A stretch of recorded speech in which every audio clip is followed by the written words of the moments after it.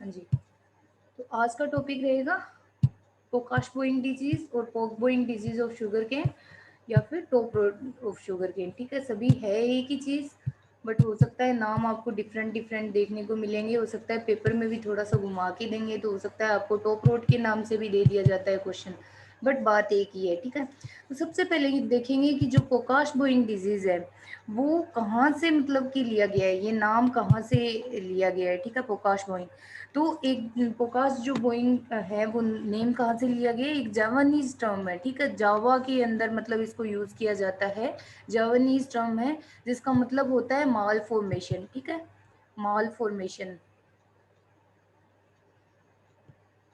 माल formation, या फिर इसको बोला जाता है डिस्टोर्शन भी बोला जाता है। ठीक है, भी माल फॉर्म्ड रह जाना, प्लांट जो होता है शुगर केन का वो डिस्टोर्टेड हो जाता है या फिर माल फॉर्म रह जाएगा, बोना रह जाता है, उसकी ग्रोथ नहीं हो पाती है। ठीक है, तो उसी को बोला जाता है पोकाश बोइंग। ये चीज़ ध्यान में रखना, इस टर्म को जावा से, जावा के अंदर इस टर्म को पोकाश बोइंग बोला जाता है, इसको माल फॉर्म्ड का मतलब पोकाश बोइंग। ठीक है, तो जावा के अंदर ये टर्म यूज किया गया था, पूछ लिया जाता है, तो ध्यान में रखना इस चीज़ को। नेक्स्ट देखते हैं इसका कोजल ऑर्गेनिज्म।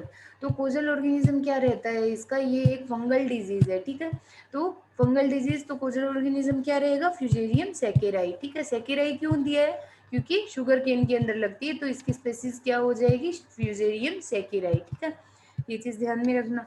नेक्स्ट देखते हैं इसका, इसके सिम्टम्स। तो इसके सिम्टम इम्पोर्टेंट है, तो क्यों इम्पोर्टेंट है इसके सिम्टम वो भी देखिए, क्योंकि इसके सिम्टम्स अपने को अगर प्लांट के अंदर, फील्ड के अंदर अगर दिखते हैं तो वो लगभग 3 स्टेज के अंदर इसके सिम्टम दिखते हैं। ठीक है, तो 3 स्टेज होती कौन कौन सी है, फर्स्ट होती है क्लोरेटिक स्टेज या फिर क्लोरेटिक फेज भी बोल दिया जाता है। ठीक है, तो क्लोरेटिक फेज के अंदर क्या होगा कि क्लोरोसिस हो जाता है। ठीक है, वो भी बाद में देखेंगे, सबसे पहले स्टेज के बारे में देख लेंगे कौन कौन सी स्टेज आती है। सेकेंड वन इसकी कौन सी स्टेज दिखती है, टॉप रोड फेज दिखती है। ठीक है, और थर्ड कौन सी रहती है, नाइफ कट फेज दिखती है। जिसमें से क्या होता है कि जो क्लोरेटिक फेज और जो नाइफ फेज अगर आती है फील्ड के अंदर, तो उससे तो क्या होता है कि कंट्रोल पाया जा सकता, कंट्रोल हो सकता है। लेकिन अगर टॉप रोड फेज आ जाती है, ये मतलब लास्ट फेज आप इसको बोल सकते हो, इसके अंदर क्या होता है कि प्लांट पूरा का पूरा सड़ जाता है। ठीक है, रोट का मतलब आपको पता ही है कि रोटिंग हो जाना, यानी डिसइंटीग्रेशन या फिर डिस्टोर्शन हो जाना प्लांट का, पूरी तरह से प्लांट जो है वो सड़ जाता है, खत्म हो जाता है। ठीक है, तो टॉप रोट जो कंडीशन आ जाती है वो लास्ट की स्टेज होती है, उसके बाद में वो डिजीज को कंट्रोल करना मुश्किल हो जाता है। ठीक है, तो इससे पहले पहले जो 2 स्टेज आती है, क्लोरेटिक फेज आती है, उस टाइम में फील्ड में अपने को पता चल जाता है क्लोरेटिक फेज से, तो क्या है कि उसी टाइम क्या करना चाहिए, फील्ड के अंदर फंजीसाइड वगैरह का छिड़काव कर देना चाहिए। अदरवाइज जो स्टेज है ये आगे की स्टेज में चली जाएगी और डिजीज को कंट्रोल करना मुश्किल हो जाता है। ठीक है, तो इसमें सबसे पहले देखते हैं क्लोरेटिक फेज। तो क्लोरेटिक फेज के अंदर क्या होता है कि जैसे ये गन्ने का प्लांट है, ठीक है, इस तरह से दिखता है गन्ने का प्लांट, ऐसे, है ना। तो इसके अंदर क्या होता है कि जैसे ये लीव्स हैं, इस तरह से इसकी लीव्स रहती हैं, तो जैसे ये लीव्स हैं, ठीक है, तो इनके ऊपर आपको क्लोरोसिस देखने को मिलता है। ठीक है, क्लोरोसिस इन द सेंस समझ रहे होगे कि जो ग्रीन कलर है वो पूरी तरह से डिसअपियर हो जाता है, और वहाँ पे जो मतलब लीव्स होती है, वहाँ लीव्स के ऊपर येलो पैचेस आपको देखने को मिलेंगे। ठीक है, और इसके ऊपर एक वाइट कलर की आपको जो मतलब कि मिड रिब है, ठीक है, मिड रिब होती है ना पत्ती की, वो भी वाइट कलर में चेंज हो जाती है। ठीक है, पत्ती का कलर व्हाइट कलर का हो जाता है कहीं कहीं, और कहीं कहीं आपको येलो कलर के पैचेस देखने को मिलते हैं, स्पॉट पड़ जाते हैं येलो कलर के, और जो ग्रीन कलर है वो बिल्कुल लॉस हो जाता है प्लांट का। ठीक है, तो उसी को बोला जाता है क्लोरोटिक फेज। ठीक है, जो कि फर्स्ट फेज होती है। तो अगर फील्ड के अंदर ऐसे सिम्टम दिखे तो उसी टाइम फंजीसाइड का छिड़काव कर देना चाहिए। ठीक है, नेक्स्ट इसकी आती है एक टाइप की ये कौन सी रहेगी, नाइफ कट फेज। ठीक है, नाइफ कट फेज मतलब समझ रहे हो आप कि नाइफ मतलब तो समझ रहे हो कि चाकू होता है। ठीक है, नाइफ कट फेज, इसके अंदर क्या होगा कि जैसे लीव्स है और जो स्टेम पोर्शन है, ठीक है, उसके ऊपर ऐसे लगता है जैसे चाकू से कट लगाए गए हो। ठीक है, पूरे स्टेम पोर्शन है ना, ऐसे लगता है कि चाकू से कहीं कहीं कहीं कहीं ऐसे कट लग गया है, ठीक है। तो उसी को क्या बोलेंगे, नाइफ कट फेज बोला जाता है, ठीक है। और पत्ती के ऊपर भी ऐसे कटी हुई सी वो दिखेगी, तो भी भारी नुकसान पहुंचता है प्लांट को, ठीक है। नेक्स्ट आती है थर्ड वन स्टेज, इसकी कौन सी रहेगी, टॉप रूट फेज आती है, ठीक है। तो टॉप रूट फेज के अंदर क्या रहेगा कि जैसे ये प्लांट है, ठीक है, तो उसकी रूटिंग हो जाती है ऊपर से, जैसे मतलब ये जो लीव्स है, ठीक है, इसमें क्या था कि क्लोरोसिस हो जाएगा तो ग्रीन कलर तो डिसअपियर ही हो जाएगा। अब क्लोरोफिल अगर पत्ती के अंदर प्रेजेंट नहीं है तो पत्ती क्या भोजन बना पाएगी, अपना भोजन नहीं बना पाएगी।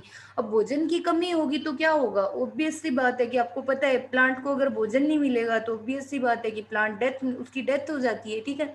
उसकी जो मेन लीव्स होती है वो भोजन नहीं बनाएगी, प्लांट क्या होता है कि बिल्कुल मतलब उसकी रूटिंग हो जाएगी और उसकी ग्रोथ नहीं हो पाएगी, प्लांट है वो स्टंटेड रह जाता है, बौना रह जाता है और पूरी तरह से उसकी बढ़वार नहीं होती है, ठीक है। तो ये किसके अंदर दिखता है, टॉप रूट फेज के अंदर दिखता है, ये इसका मेन सिम्टम रहेगा। इस चीज को ध्यान में रखना कि प्लांट की रूटिंग हो जाती है टॉप पोर्शन पे यहाँ से, ठीक है। इस चीज को देखना। अब देखते हैं इसके सिम्टम दोबारा से। फर्स्ट देखिए, characteristic symptom of the disease और अपीयरेंस ऑफ फ्लोरोटिक पैचेस, बता दिया मैंने आपको कि क्लोरोसिस हो जाएगा और पैचेस पड़ जाते हैं, ठीक है। और कहाँ से वो पैचेस स्टार्ट होते हैं, base of the young leaves. अब जो लीव्स का बेस होता है वो क्या होता है, मतलब ये जैसे स्टेम पोर्शन है, ठीक है। तो स्टेम से जैसे लीव्स निकलती है, ये चीजें मैं आपको पहले भी बता चुकी हूँ पहले की क्लासेस में, अभी दोबारा से देख लीजिए कि जैसे ये कोई भी ऐसे पत्ती निकली है तो ये बेस है पत्ती का, ठीक है, जहां से पत्ती एराइज हो रही है, इसको क्या बोलते हैं, लीफ शीट बोला जाता है, ठीक है। तो जो लीफ शीट होता है वहां से सबसे पहले क्लोरोसिस स्टार्ट होती है, ठीक है।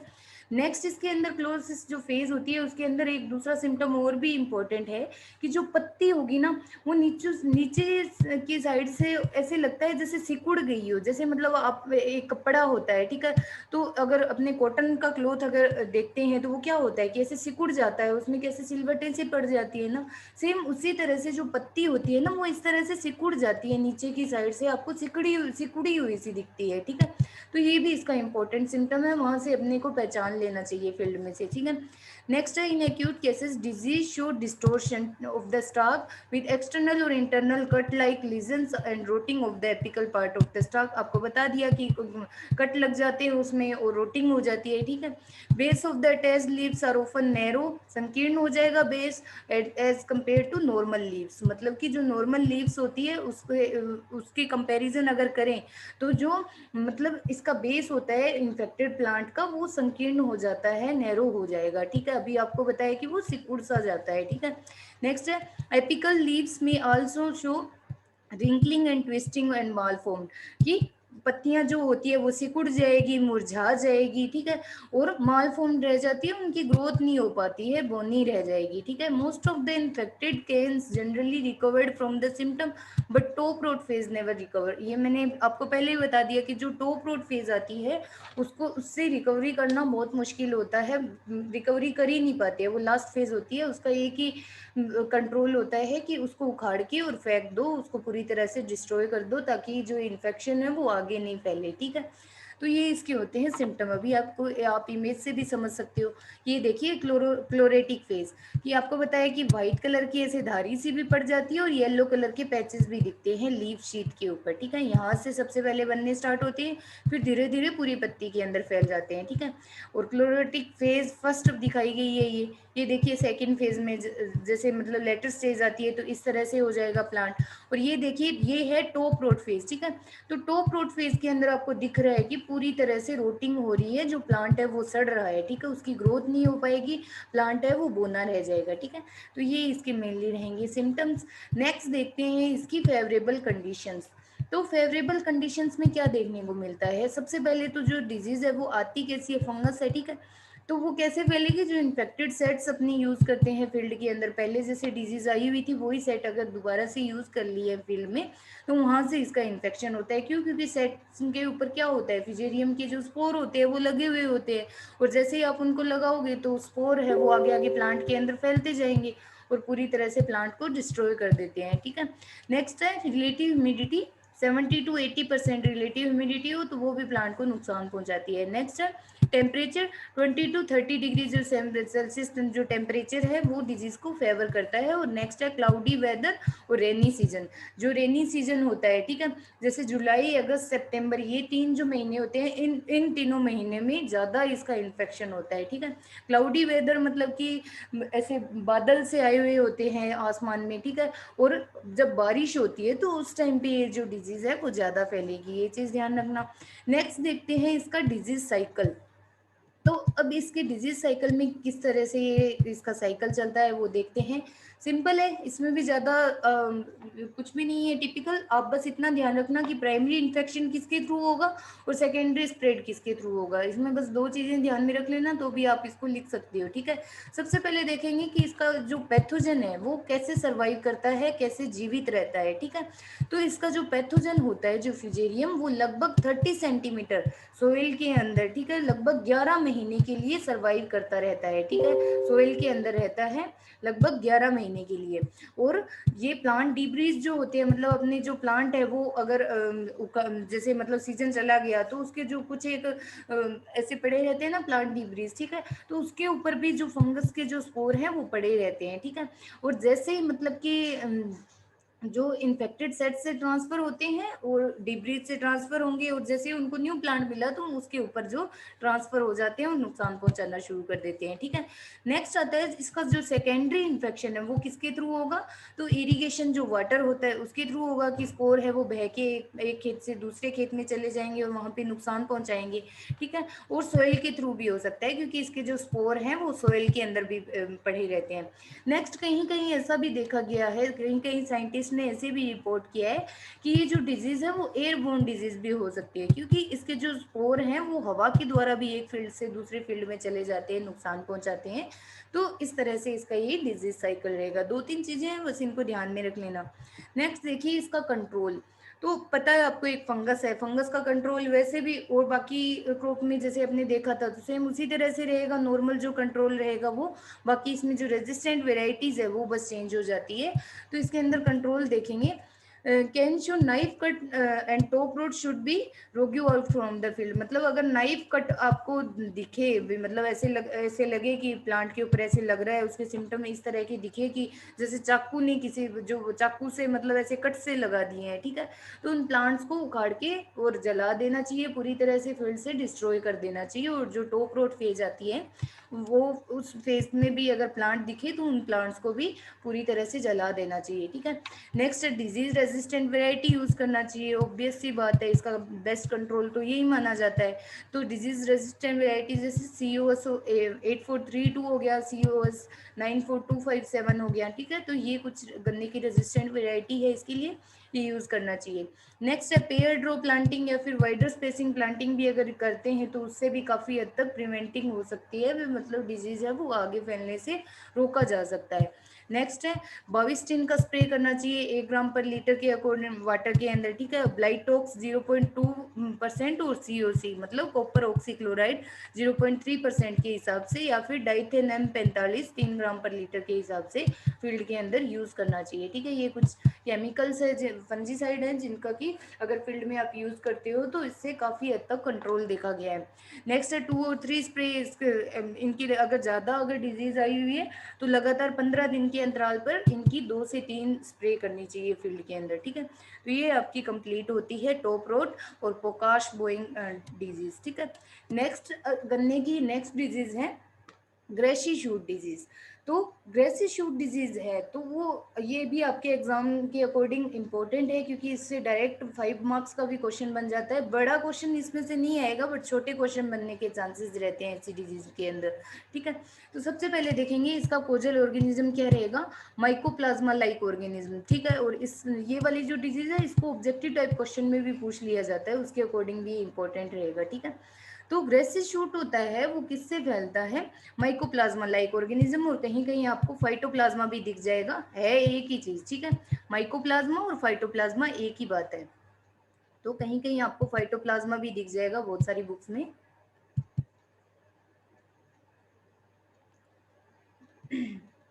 तो नेक्स्ट देखेंगे ये जो फाइटोप्लाज्मा और माइकोप्लाज्मा बोल दो, तो ये कैसे ट्रांसफर होते हैं, तो ये डायरेक्ट तो ट्रांसफर हो नहीं सकते, ठीक है। तो ये किसके थ्रू फैलेंगे, वेक्टर के थ्रू फैलेंगे, ठीक है। तो इसके लिए वेक्टर कौन सा रहता है, एफिड रहता है, ठीक है। एक इंसेक्ट है जो कि आपको पता है कि बहुत ज़्यादा नुकसान पहुंचाता है बहुत सारी क्रॉप्स के अंदर, तो एफिड से ये ट्रांसफर होते हैं एफिड के थ्रू, ठीक है। तो इसके अंदर जो ये क्वेश्चन भी आपका इम्पोर्टेंट है कि यहाँ से भी डायरेक्ट क्वेश्चन पूछ लिया जाता है वेक्टर का आपकी फिल इन द ब्लैंक्स में, तो ये चीज़ याद रखना। नेक्स्ट है कि सीवियर केसेस आ जाते हैं, अगर मतलब डिजीज अगर खेत के अंदर ज़्यादा फैल जाती है तो लगभग 40% तक यील्ड लॉसेस हो जाता है फील्ड के अंदर, ठीक है।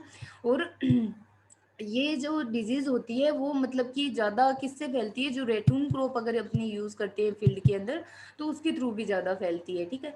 तो ये चीज़ भी ध्यान में रखना। नेक्स्ट देखते हैं इसके सिम्टम्स, यहाँ से समझ लो। तो नाम से जैसे पता चल रहा है कि ग्रेसी शूट, मतलब क्या होता है इसके अंदर, ग्रेसी और शूट, मतलब जो शूट पोर्शन होता है प्लांट का, जो शूट होता है ना, जो तना होता है, वो ऐसे लगता है जैसे मतलब कि घास जो प्लांट है वो पूरा का पूरा झाड़ी नुमा हो जाता है, ठीक है। उसका शूट है वो अच्छे से उसकी ग्रोथ नहीं हो पाती है, वो अच्छे से बढ़ता नहीं है, प्लांट है वो पूरा का पूरा ऐसे दिखेगा जैसे कोई झाड़ी हो, ठीक है। जैसे मतलब ये अपने बहुत सारे गाँव में आप देखते हो झाड़ू यूज़ करते हो ना, सेम उसी तरह का जो प्लांट है तो वो वैसे दिखता है, ठीक है। तो ये देखिए इस इमेज से भी आपको समझ में आ रहा होगा कि इसकी जो टिलरिंग होती है वो ज़्यादा आ जाती है फील्ड के जो मतलब क्रॉप होती है उसके अंदर, प्रोफ्यूज टिलरिंग मतलब कि फैलाव होना, टिलरिंग है वो ज़्यादा बनेगी और बुशी अपीयरेंस देगा प्लांट जो है वो बुशी या फिर ग्रेसी अपीयरेंस देगा, मतलब घास के जैसे दिखेगा, ठीक है। नेक्स्ट है leaves exhibit straight narrow long white और लाइट ग्रीन और येलोवी स्ट्रीक्स, मतलब कि जो लीव्स होती हैं उसके ऊपर कहीं कहीं आपको व्हाइट कलर की भी दिख जाएगी, वो कन्वर्ट हो जाती है व्हाइट कलर के अंदर, ठीक है। सीधी रहती है, ऐसे स्ट्रेट लीव्स दिखेंगी, ठीक है। और लाइट ग्रीन कलर की और येलो कलर के पैचेस भी आपको देखने को मिल सकते हैं प्लांट के ऊपर, तो ये भी इसका सिम्टम रहता है, ठीक है। नेक्स्ट है जो मतलब कि लीव्स होती है उसके ऊपर क्या होगा कि पिगमेंट का फॉर्मेशन नहीं हो पाता है, ठीक है। तो पिगमेंट नहीं बनेगा उसके ऊपर, मतलब वाइट कलर रह जाता है, ठीक है। मतलब कि क्लोरोफिल जो है वो लॉस हो जाता है, ठीक है, क्लोरोफिल नहीं बन पाता है और सीधी जो लीव्स है वो पूरी आपको वाइट से कलर की दिखेंगी, तो ये इसका मेन सिम्टम्स है और आपके एग्जाम में इसके मेनली सिम्टम पूछेंगे या तो आपको इसका कोजल ऑर्गेनिज्म पूछा जाता है, तो इनको ध्यान में रखना। नेक्स्ट देखते हैं इसकी फेवरेबल कंडीशन, तो फेवरेबल कंडीशन कौन सी रहेगी कि जो इन्फेक्टेड जो सेट्स रहता है, ठीक है, इन्फेक्टेड सेट होता है उसी से ज़्यादा डिजीज फैलती है, इस चीज़ को भी देख लेना। नेक्स्ट आती है इसकी ईटियोलॉजी, ईटियोलॉजी के अंदर अपने क्या पढ़ेंगे, पैथोजन के बारे में पढ़ेंगे, ठीक है। तो पैथोजन इसका कौन सा है, फाइटोप्लाज्मा या फिर माइकोप्लाज्मा, ठीक है। तो होता क्या है माइकोप्लाज्मा, वो देखिए कि इसको माइकोप्लाज्मा लाइक ऑर्गेनिज्म के नाम से भी बोला जाता है, ठीक है। ये एक ओब्लिगेट मतलब तो समझ रहे हो, अविकल्पी जो मतलब सिर्फ और सिर्फ लिविंग होस्ट पे ही सर्वाइव करता है, ठीक है।